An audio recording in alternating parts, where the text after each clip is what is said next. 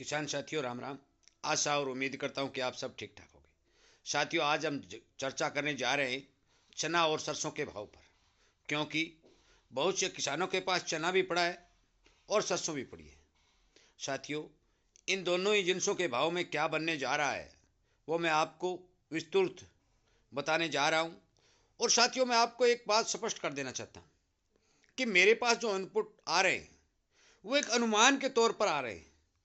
ये आप निश्चय मत करिए कि आपने वीडियो सुन लिया तो वास्तविकता यही होगी। देखो, भाव और भावी का किसी को पक्का पता नहीं चलता, अनुमान लगाए जाते हैं और अनुमान के आधार के ऊपर ही सारा सिस्टम चलता है। उनसे फ़ायदा भी हो सकता है, थोड़ा बहुत नुकसान भी हो सकता है। ये बात ध्यान में रखनी जरूरी है, इसलिए कृपया करके मेरे इस वीडियो को ध्यान से सुनने की कृपा करें। साथियों, हम बात करने जा रहे हैं चने के ऊपर। पहले मैं चने के बारे में आपको बता दूं कि मैंने पिछले दिनों एक वीडियो अपलोड भी किया था कि ऑस्ट्रेलिया से जो आयातित चना है वो बंदरगाहों के ऊपर ऑलरेडी मौजूद है। देश के अंदर भी गोदामों के अंदर चना की भारी मात्रा भरी हुई है। साथियों, चना की भारत के अंदर कतई कोई कमी ज़्यादा दिखाई नहीं दे रही है। दूसरी बात, आपको मैं पहले दिन से बता रहा हूं कि अब की बार चना की बिजाई ज़्यादा हुई है और जो पिछले दिनों बरसात हुई, अच्छी बरसात होने के कारण ओवरऑल जिन खेतों में चना की बिजाई हुई, सभी खेतों में जहां तक मुझे समाचार मिल रहा है, सभी खेतों के चना की फसल अच्छी चल रही है। साथियों, प्रोडक्शन अच्छा होने की पूरी पूरी संभावना बन रही है। परंतु बात करते हैं भाव की, तो ये जो प्रोडक्शन है, ये जो पैदावार है, कई आंध्र प्रदेश जैसे राज्यों में तो चना की कटाई शुरू हो चुकी है, परंतु ज्यादातर पैदावार जो है मार्च के अंदर चना की मंडियों में दिखाई देगी। अब मान के चलो कि आप मार्च के एंड में यदि चना की फसल बाजार में आती है तो लगभग लगभग 2 महीने का समय जो है फसल आने में बचा हुआ है। साथियों, इन 2 महीनों के अंदर यदि चना के अंदर थोड़ी बहुत 200-400 रुपए की बढ़त आ जाए तो मैं कुछ नहीं कह सकता, परंतु मुझे ज्यादा बढ़त आती हुई दिखाई नहीं दे रही है। कुछ टीवी के जानकार लोग जो कह रहे हैं कि चना 8,000 हो जाएगा, परंतु मुझे 8,000 की संभावना कम लग रही है। मुझे यह लग रहा है कि पिछले जो भाव तेजी के थे वो भी बनने मुश्किल हैं। क्या पता बन जाएं, परंतु मुझे नहीं लग रहा है। मैं आप स्पष्ट यहां पर सीधी बात है कि जो मेरे पास इनपुट निकल के आ रहे वो 200-400 रुपए की घटत और बढ़त के दिखाई दे रहे। और आगे भी जब तक फसल आएगी उस समय पता चलेगा कि कितना प्रोडक्शन है, कितना प्रोडक्शन जो देश के अंदर हुआ है, इसमें डिमांड कितनी है, उसके हिसाब से आपको वीडियो के माध्यम से बताया जाएगा। साथियों, मौके पर चना के अंदर ज्यादा तेजी नहीं लग रही है। अनुमानित तौर पर कह रहा हूं, हो सकता है कि इसके भाव बढ़ जाए, परंतु ज्यादा बढ़ने की संभावना मेरे को तो दिखाई नहीं दे रही। अब बात करते हैं सरसों की। साथियों, सरसों के बारे में मैं पहले भी कह चुका हूं कि सरसों के दिन अच्छे हैं। क्यों है?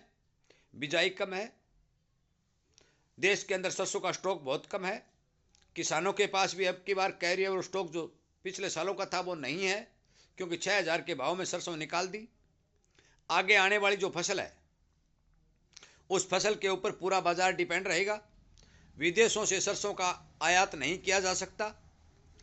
सभी फंडामेंटल सरसों के जो है मजबूत दिखाई दे रहे हैं, ये बात मैं आपको बता देना चाहता हूं। परंतु कुछ किसान, अब कल ही मेरे पास एक व्हाट्सएप आया कि 12 जिले के किसान ने अपनी नई सरसों निकाली और मंडी में ढेरी कर दी। उस सरसों का भाव बिका है 4801 रुपये। साथियों, उस डेयरी के ऊपर फूल चढ़ाए गए, मालाएं चढ़ाई गई, क्योंकि वो पहली डेयरी सीजन की थी, परंतु भाव लगा 4801 रुपये। हवाला दिया गया मोचर का। साथियों, मैं आपको बता देना चाहता हूं कि बहुत ज्यादा मोचर वाली सरसों तो मशीन से निकलती नहीं, तो 15 मोचर होगा। परंतु मैं आपको एक बात अच्छी तरह से बता देना चाहता हूं कि आप अपना माल मंदे में मत लौटाइए। बहुत ही मजबूरी हो तो माल बेचना पड़ता है, वो एक अलग बात है, परंतु थोड़ा धैर्य करके ही माल मंडी में सेल कीजिए, क्योंकि अब की बार सरसों के अंदर मंदा दूर दूर तक दिखाई नहीं दे रहा है। यह बात मैं पहले बता चुका हूं कि 70-72 लाख बोरी की पैदावार जो पिछले साल हुई थी उसके अंदर लगभग 40 लाख का कैरी ओवर स्टॉक किसानों के पास और गोदामों में भी था, क्योंकि भाव मंदे थे। जो ही भाव 6,000 के नजदीक बढ़े, पूरा का पूरा स्टॉक निकल गया। पॉम ऑयल के भाव बहुत मंदे थे, वो उसका भी आयात किया गया, स्टॉक की मात्रा भरपूर देश में बनाई गई। परंतु अब की बार पॉम ऑयल भी मंदा रहने वाला नहीं है, क्योंकि मलेशिया D14 का फार्मूला लगातार लागू करने की बात कर रहा है और उन्होंने अपना प्रोसीजर शुरू भी कर दिया है। साथियों, इस बारे हमें विचार करना होगा। जिन किसानों को जल्दी है, महीने भर बाद MSP पर सरसों बेच लीजिए।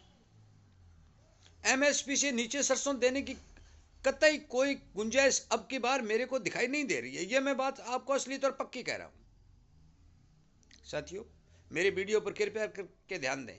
चने के बारे में मैं कुछ नहीं कह सकता, क्योंकि यदि ऑस्ट्रेलिया से चना लगातार आ रहा है और आता रहेगा, क्योंकि आयात के सौदे जो हो रहे हैं हुए थे, वो भी लगातार पूर्ति होगी। परंतु यदि वहाँ चने के भाव बढ़ जाते हैं तो हो सकता है कि आयातित सौदे महंगे पड़ते दिखाई दें और चने के भाव कुछ बढ़ जाए, वो एक अलग बात है। परंतु फंडामेंटल के हिसाब से मैं बताना चाहता हूं कि चने की फसल अच्छी निकलने वाली है और बिजाई ज्यादा है। परंतु सरसों की फसल बिजाई कम होने के चलते प्रोडक्शन पिछले साल से ज्यादा कतई नहीं होगा और सरसों की कमी महसूस की जाएगी। इसलिए अपनी सरसों MSP से नीचे किसान बेचने का ये जो कार्य है ये बंद करे।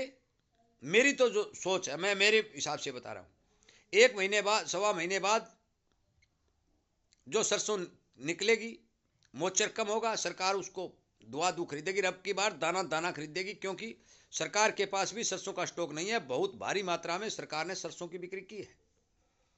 साथियों, मेरी बात पर ध्यान दें, इग्नोर न करें। मौके के ऊपर सरसों की फसल जितनी भी बिजाई है वो सही चल रही है। चने की बिजाई जिन खेतों में हुई है वो भी सही चल रही है। किसी प्रकार के रोग और बीमारी, ज़्यादा नुकसान के समाचार नहीं मिल रहे हैं। बरसात की वजह से प्रोडक्शन दोनों ही फसलों का अच्छा निकलता दिखाई दे रहा है, परंतु बिजाई के हिसाब से चने का प्रोडक्शन ज़्यादा और सरसों का जो प्रोडक्शन है वो घटता दिखाई दे रहा है। डिमांड खाद्य तेल की आपको पता है कि जनसंख्या के हिसाब से लगातार बढ़ती आ रही है। भाव, सरसों के भाव मरने की गुंजाइश नहीं है। इसलिए कृपया करके इस वीडियो को ज़्यादा से ज़्यादा शेयर करें। इसी तरह की जानकारी आपको मिलती रहे तो आप इस चैनल को सब्सक्राइब करके सामने वाली घंटे का बटन दबा लें। जो मेरे पास जो इनपुट किसानों से, व्यापारियों से या जानकारों से निकल के आएंगे, मैं वीडियो के माध्यम से तुरंत आप तक पहुंचाता रहूँगा। वीडियो सुनने के लिए, लाइक और शेयर करने के लिए, चैनल के साथ जुड़कर किसानों तक ये आवाज़ पहुँचाने के लिए आपका बहुत बहुत धन्यवाद।